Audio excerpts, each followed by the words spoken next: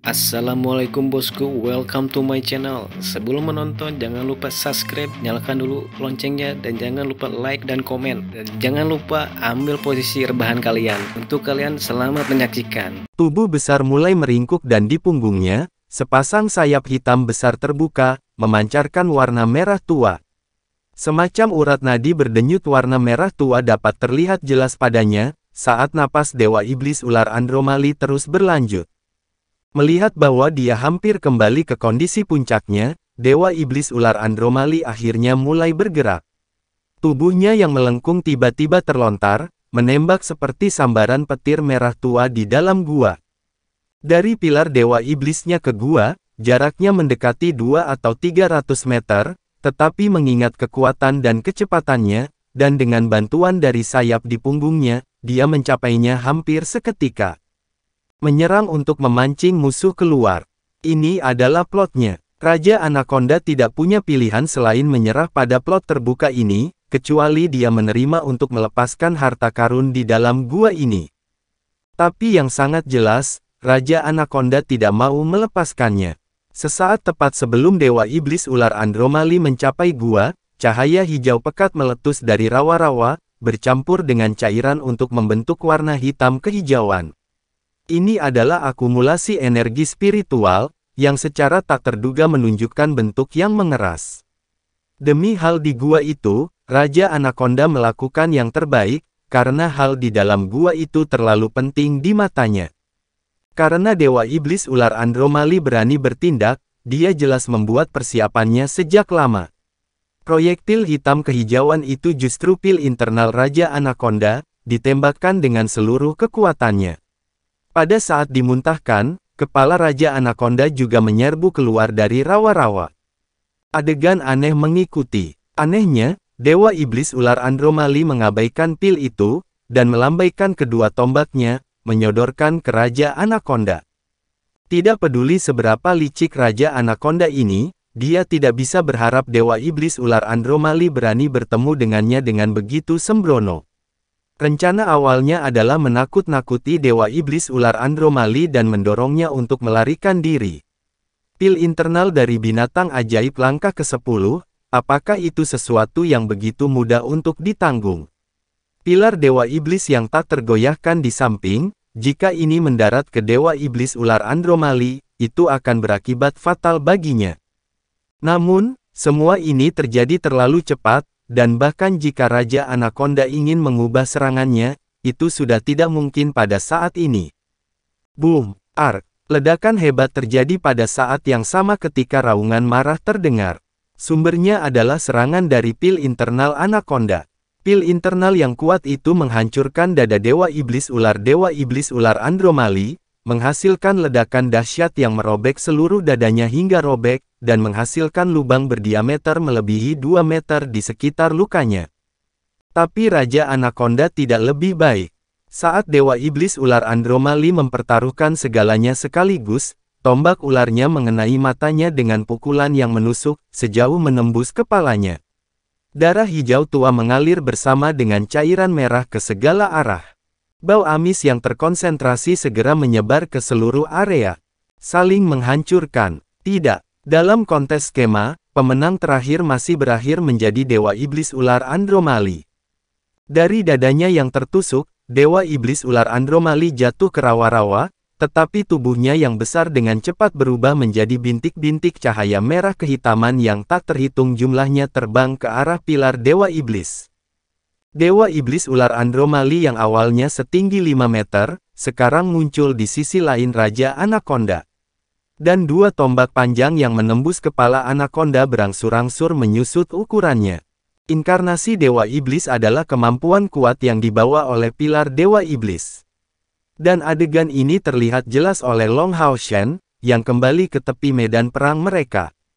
Dia tidak bisa menahan nafas di tempat kejadian. Jika dia tidak melihatnya secara pribadi, dia tidak akan bisa membayangkan bahwa Dewa Iblis Ular Andromali sebenarnya memiliki kemampuan cadangan yang begitu kuat. Menggunakan dirinya sebagai umpan, dan meluncurkan pukulan fatal pada saat musuh pasti akan mendapatkan umpan. Rencana Dewa Iblis Ular Andromali berjalan seperti yang diharapkan, dan Raja Anaconda akhirnya mati. Namun, Dewa Iblis Ular Andromali juga tidak terlalu baik. Darah merah tua terus mengalir keluar dari rongganya, dan penampilannya yang awalnya menyeramkan menjadi semakin menakutkan. Semua ini terjadi terlalu cepat, dan tidak ada yang bisa mengantisipasi kesimpulan untuk berubah seperti ini. Meskipun demikian, pertempuran belum berakhir, dan Raja Anaconda dengan luka fatal di kepala berbalik dengan liar, segera berangkat ke arah hamparan rawa yang luas. Fluktuasi energi spiritual yang menakutkan segera meledak dengan kecepatan yang mencengangkan, seperti ratusan meriam ajaib yang ditembakkan sekaligus. Long Hao Shen tidak berani tinggal di sana, dan dengan cepat membawa pengawal suci ke-10 menjauh dari sana. Perjuangan terakhir dari binatang ajaib dari langkah ke-10 sangat menakutkan. Dewa Iblis Ular Andromali mengepakkan sayapnya, naik ke udara. Dia tiba-tiba mencoba menyembunyikan kehadirannya sendiri, ditutupi dengan penutup hitam, dan tidak membiarkan darahnya jatuh. Sebenarnya, menggunakan transformasi Dewa Iblis datang dengan kerugian parah ke Dewa Iblis Ular Andromali. Jika kemampuan ini digunakan, transformasi Dewa Iblis akan disegel untuk waktu yang singkat, dan dia akan terluka sampai ke intinya. Itu tidak sesederhana Long Hao Shen melihatnya, seperti Tungku Roh, dengan kekuatan yang lebih besar datang serangan balik yang lebih parah. Jika dia punya pilihan, Dewa Iblis Ular Andromali lebih suka tidak menggunakan kartu truf ini, tetapi dia tidak punya pilihan lain. Jika dia pergi untuk jalan yang aman, itu akan menakuti Raja Anaconda yang terluka parah, yang akan melepaskan harta karun di dalamnya. Tapi dia tidak mau melepaskan harta karun Raja Anaconda. Untuk alasan ini, dia bahkan tidak ingin memberi Raja Anaconda kesempatan untuk pergi dan hanya bisa menggunakan dirinya sebagai umpan untuk itu, demi menimbulkan pukulan fatal. Perjuangan panik Raja Anaconda berlangsung selama lebih dari 1/4 jam, tetapi pukulan Dewa Iblis Ular Andromali yang disiapkan ini terlalu kuat. Untuk binatang ajaib manapun, memiliki otak seseorang yang tertusuk dan dihancurkan oleh energi spiritual kegelapan tidak akan datang dengan kesempatan untuk bertahan hidup. Dengan cedera parah ini, kekuatan vital besar Raja Anaconda menyelinap keluar tanpa pilihan. Sebenarnya tidak sedikit pun khawatir lagi.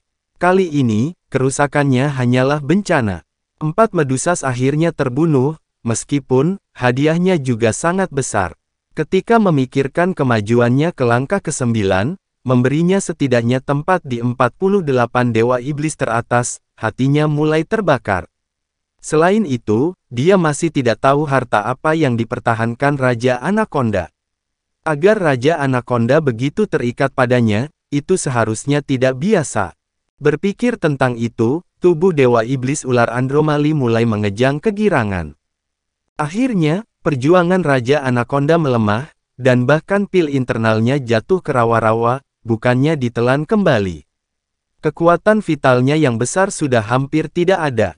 Dewa Iblis Ular Andromali mengendurkan napasnya, rasa ingin tahu yang kuat yang tak tertahankan memenuhi dirinya. Melihat pil internal tanpa aura dari hutan boa, dia tidak bisa mengendalikan ekstasi yang memenuhi dirinya. Sayap di punggungnya lenyap. Dan diam-diam mendekati rawa-rawa, Dewa Iblis Ular Andromali masih dipenuhi dengan kepercayaan diri yang besar mengenai pukulan terakhirnya. Dan dia juga memiliki keyakinan penuh pada persepsinya, karena merasakan bahwa pil internal memang tanpa aura milik Raja Anaconda. Binatang ajaib dari langkah ke-10 yang bahkan melepaskan pil internalnya sendiri, hanya bisa melakukannya jika jiwanya sudah meninggalkan dunia ini selamanya. Diam-diam jatuh di atas rawa, Dewa Iblis Ular Andromali meraih pil internal dengan tangannya. Tentu saja, dia tidak memilih tempat ini untuk menyerap pil internal Raja Anaconda. Benda ini tentu saja berharga, tetapi energi spiritual yang terkumpul di dalamnya sangat besar. Tindakan terbaik adalah kembali ke tempat yang aman sebelum meluangkan waktu untuk menyerapnya, demi menerobos kemacetan terakhirnya. Menempatkan pil internal di tangannya dan memverifikasi bahwa itu tidak memiliki jejak yang tersisa dari aura Raja Anaconda, Ular Iblis Dewa Iblis Ular Andromali akhirnya melonggarkan kewaspadaannya. Setelah sekian lama, dia akhirnya mencapai tujuannya. Ekstasinya dari ini seperti yang mungkin dibayangkan. Namun, sebenarnya terlalu cepat baginya untuk merayakannya. Saat dia melepaskan kewaspadaannya, Raja Anaconda yang tampak tanpa kehidupan tiba-tiba bergerak. Kepala yang sudah berlumuran darah itu tiba-tiba terlempar ke samping, dengan ganas mengarah ke belakang Dewa Iblis Ular Andromali. Dengan Dewa Iblis Ular Andromali diusir dengan ganas. Saat dia ditembak, berlumuran darah, orang bisa dengan jelas mendengar suara tulang retak di tubuhnya. Mengingat identitasnya sebagai Dewa Iblis Ular, Dewa Iblis Ular Andromali sangat lentur dan tangguh. Dengan tingkat ekstrim yang dicapai oleh energi spiritual eksternalnya, ia mampu menangkal sebagian besar kekuatan dalam serangan itu. Namun, orang tidak boleh lupa bahwa dia sudah terluka, dan tidak dalam keadaan transformasi Dewa Iblis. Bagaimana mungkin binatang ajaib dari peringkat ke-10 begitu mudah ditangani? Perubahan memang terjadi terlalu cepat. Seperti kata pepatah, bahwa kelabang mati tetapi tidak pernah jatuh. Meskipun Raja Anaconda sudah terluka parah, dipenuhi dengan kebencian pahit terhadap Dewa Iblis Ular Andromali. Dia akhirnya menyembunyikan sedikit kekuatan vitalnya, dan bahkan memutuskan hubungannya dengan pil internalnya hanya demi membodohi Dewa Iblis Ular Andromali, dan akhirnya melancarkan pukulan fatal padanya. Setelah ini selesai, jiwanya akhirnya pergi ke sisi lain, dan yang mencengangkan, tubuhnya yang besar masih belum tenggelam ke dalam rawa-rawa. Sama seperti Dewa Iblis Ular Andromali tidak mengharapkan itu, Long Hao Shen yang mengamati juga tidak mengharapkan itu. Dia awalnya siap untuk bergerak, tetapi setelah melihat pemandangan itu, dia berhenti di jalurnya, sudah mulai merencanakan langkah selanjutnya. Kedua rubah licik ini masih berakhir dengan kehancuran bersama. Bagi rekan-rekannya dan dirinya sendiri, ini adalah hasil terbaik. Dalam waktu singkat, Long Hao Shen sudah mengambil keputusan, mengisyaratkan pengawal suci ke-10 di dekatnya yang berubah menjadi cahaya hijau, dan tidak mengejar Dewa Iblis Ular Andromali yang terluka parah, tetapi bergegas ke gua itu, yang interiornya sedikit berkelap-kelip. Hal ini dilakukan demi mengamankan jalan. Long Hao Shen sekarang akan membuang Dewa Iblis Ular Andromali dengan cara yang sama seperti dia membuang Raja Anaconda. Dewa Iblis Ular Andromali akhirnya terjebak dalam perjuangan terakhir Raja Anaconda. Ketukan ini mengirimnya beberapa ratus meter jauhnya, dengan darah mengalir terus-menerus dari mulutnya. Salah satu sayapnya terputus, dan darah merah tua menyebar ke seluruh tubuhnya, menimbulkan pemandangan yang mengerikan. Namun, pada akhirnya dia masih Dewa Iblis, yang berhasil menyelamatkan dirinya sendiri pada saat dia diserang. Untungnya baginya, serangan terakhir Raja Anaconda bukan dari pil internal, jadi meskipun itu menimbulkan luka parah, itu tidak fatal. Ketukan di kejauhan terjadi pada tanaman merambat di atas rawa-rawa, disertai dengan rasa sakit yang parah, yang hampir menyebabkan dia jatuh pingsan. Dia tidak pernah menyangka bahwa Raja Anaconda akan berkomplot melawannya bahkan setelah kematiannya. Dan pil internalnya dikirim terbang jauh selama serangan parah ini, dan dikirim memantul kembali setelah bertabrakan dengan pohon anggur, sebelum jatuh di sisi lain rawa. Sama seperti tubuh Raja Anaconda, pil internalnya tidak tenggelam di dalam rawa-rawa, tetapi mengeluarkan cahaya hijau tua yang samar-samar terlihat. Pada saat tubuhnya menderita rasa sakit yang mengerikan dan tak tertahankan, Dewa Iblis Ular Andromali melihat cahaya hijau menuju gua. Kecepatannya tidak terlalu cepat, jadi pada saat dia menyadarinya, jaraknya masih sekitar 5 meter dari gua. Astaga! Dewa Iblis Ular Andromali menjerit amarah yang mengerikan. Dia bahkan tidak melihat dengan jelas siapa musuh itu, tetapi tubuhnya melonjak lagi, dan melompat menuju gua dengan kekuatan penuh. Karena lampu hijau itu kecil, itu jelas bukan Anaconda. Tapi tidak peduli siapa itu, melihatnya keluar pada waktu yang tepat hanya memperburuk kemarahan Dewa Iblis Ular Iblis. Namun, teriakan kemarahan dari Dewa Iblis Ular Andromali itu tidak diarahkan untuk melampiaskan amarahnya, melainkan memanggil anggota klannya. Ini bukan karena kepengecutan, tetapi karena kehati-hatian. Saat ini dia terluka parah, dan tentu saja tidak bisa lengah. Meskipun dia tidak merasakan ancaman apapun dari fluktuasi energi spiritual hijau itu, dia masih segera memanggil mereka. Banyak darah merah tua keluar dari tubuhnya. Pada saat dia menuju gua, dia masih ragu-ragu. Sementara itu, pancaran cahaya mengikuti sosok hijau dengan kecepatan yang sangat cepat, menembus ke dalam gua dan menarik pil internal Raja Anaconda itu dengan pancaran cahaya putih, menyebabkan Dewa Iblis Ular Andromali tidak mampu mempertahankan ketenangannya. Melihat targetnya dirampok oleh orang luar, bagaimana Dewa Iblis Ular Iblis bisa menanggungnya lagi? Dengan teriakan marah, dia segera mengejar sosok yang masuk ke dalam gua. Pada saat yang sama Dewa Iblis Ular Andromali memasuki gua, beberapa sosok muncul dari kabut tebal. Ular iblis jelas berada dalam situasi yang sulit, dari penyergapan Raja Anaconda dan serangan Long Hao Shen, jumlah mereka anjlok. Mendengar pemanggilan Dewa Iblis Ular, mereka bergegas ke sana, tepat pada waktunya untuk melihat bagian belakang Dewa Iblis Ular Andromali yang menghilang ke dalam gua. Kerumunan ular iblis bergegas mengikutinya, tetapi kali ini, sosok emas lain mengejar mereka dengan erat, memasuki gua. Dengan cahaya ungu, monster besar muncul di pintu masuk gua, benar-benar menghalanginya. Cahaya bumi kuning tanpa suara menyebar di bawah ular iblis, mencakup berbagai macam. Pada saat itu, ular iblis yang lelah merasakan ekornya tenggelam ke tanah, mulai tenggelam ke rawa-rawa, mereka menjadi pucat karena ketakutan. Padahal, realisasi ini masih datang terlambat. Dua sosok tanpa suara muncul dari jauh. Mereka mengenakan mantel besar, dan dari mereka menyebar cahaya dengan warna berbeda. Satu berwarna kuning, dan satu berwarna biru, simbol dari ahli bumi pengawal suci ke-9 dan ahli es pengawal suci ke-11. Pengawal suci ke-11 sengaja menempatkan dirinya sedikit di belakang pengawal suci ke-9. Dari sini orang dapat melihat bahwa meskipun mereka berdua adalah penjaga suci, posisi mereka masih berbeda. Pengawal suci yang ke-9 menggabungkan teknik gravitasi dengan kondensasi bumi ke batu, dan pengawal suci ke-11 menggunakan wilayah es, membentuk mantra elemen es dan bumi ganda. Mantra ini bisa dikatakan terbentuk dari perpaduan antara tiga mantra dari langkah ke-7, membuat kekuatannya sebesar yang dibayangkan. Pertunjukan ini juga mencerminkan kesenjangan antara penjaga suci ke-9 dan ke-11. Keduanya pada langkah ke-7, tetapi dalam interval waktu yang sama, pengawal suci ke-11 hanya berhasil menggunakan satu mantra dari langkah ke-7, sedangkan pengawal suci ke-9 berhasil menggunakan dua. Ini sesuai dengan kekuatan di puncak langkah ke-7. Di antara semua pengawal Long Hao Shen, pengawal suci ke-9 tidak diragukan lagi yang terkuat.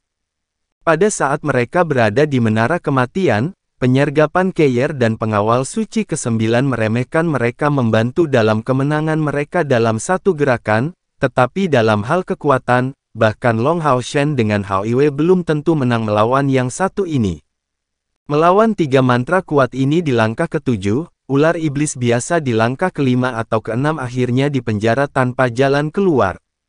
Tanah rawa yang gembur adalah satu hal, tetapi bagaimana jika itu membeku dan kemudian berubah menjadi batu? Berjuang keluar dari itu sama sekali tidak mudah. Ini hanya mungkin dengan menghancurkan batu itu, tetapi bagaimana itu bisa dilakukan tanpa melukai diri sendiri? Selain itu, mereka bahkan tidak diberi kesempatan untuk menghancurkan batu, setelah membeku dan bagian yang membeku berubah menjadi batu. Bebas dari itu tidak bisa dilakukan dalam waktu cepat. Bagi ular, hawa dingin adalah salah satu predator yang paling ditakuti. Setelah mencapai musim dingin, ular akan masuk ke hibernasi, karena mereka tidak dapat menghasilkan cukup panas dari tubuh mereka untuk menangkal dingin. Dalam situasi yang sangat dingin ini, ular iblis ini bergidik dan kekuatannya sangat anjlok. Kemudian diikuti waktu penampilan dua penjaga suci. Sebuah batu yang sangat besar diekstraksi dari tanah dan dengan berani dilemparkan ke ular iblis, lalu badai es dan salju mengikuti. Dalam pertempuran kerumunan, kekuatan membunuh penyihir tidak diragukan lagi cukup menakutkan. Selain itu, Di sisi lain, menjaga pintu masuk gua adalah Hao Yue. Setelah Hao Yue memblokir pintu masuk gua, 5 kepalanya yang besar mengeluarkan mantra yang kuat seperti 5 meriam ajaib besar. Ronde pertama datang sebagai serangan mendadak, dan kemudian mengikuti mantra dari berbagai elemen. Kontrolnya atas setiap atribut yang berbeda jelas bukan tandingan kedua penjaga suci itu. Tapi dia memiliki pemahaman tentang 5 elemen berbeda. Ketika 5 elemen digunakan pada waktu yang berbeda, kekuatannya secara alami juga akan bervariasi. Orang dapat mengatakan bahwa seolah-olah 7 penyihir dari langkah ke-7 sedang menghadapi ular iblis yang terluka parah ini. Pada saat yang sama, ketika ular iblis ini terkena mantra ini, banyak sosok hijau besar mulai berkeliaran dari hutan. Dengan kematian Raja Anaconda, ular iblis tidak diragukan lagi menjadi musuh bebuyutan anaconda besar ini. Semuanya penuh dengan memar, tetapi masih kembali untuk membunuh mereka. Mengandalkan ukuran mereka yang sangat besar untuk menahan dingin, mereka memaksakan serangan mereka. Menantang mantra yang mengerikan, mereka hampir melancarkan serangan bunuh diri terhadap ular iblis ini. Anaconda jumlahnya sedikit, tetapi toleransi sihir mereka jauh melebihi ular iblis. Pada saat anaconda ini muncul, mereka pasti akan membawa tragedi pada ular iblis. Situasi di luar sudah dalam genggaman, tetapi bagaimana dengan di dalam? Tanpa ragu, orang yang datang lebih dulu ke dalam gua, dan menarik Dewa Iblis Ular Andromali secara alami adalah pengawal suci ke-11. Pada saat itu karena Long Haoshan memberinya perintah untuk memperlambat dengan sengaja sehingga kecepatan terbangnya lambat, sehingga Dewa Iblis Ular Andromali akan melihatnya masuk. Kalau tidak, bagaimana dia bisa mengambil umpan? Karena Dewa Iblis Ular Andromali dan Raja Anaconda saling menghancurkan, situasi ini adalah kesempatan bagus bagi Long Haoshan. Ini adalah kesempatan emas. Namun, dia adalah saksi kelicikan dari 2 raja tersebut, jadi bahkan jika dia memiliki kepercayaan diri dalam situasi ini, dia masih tetap bijaksana saat menjalankan rencananya melawan Dewa Iblis Ular Andromali.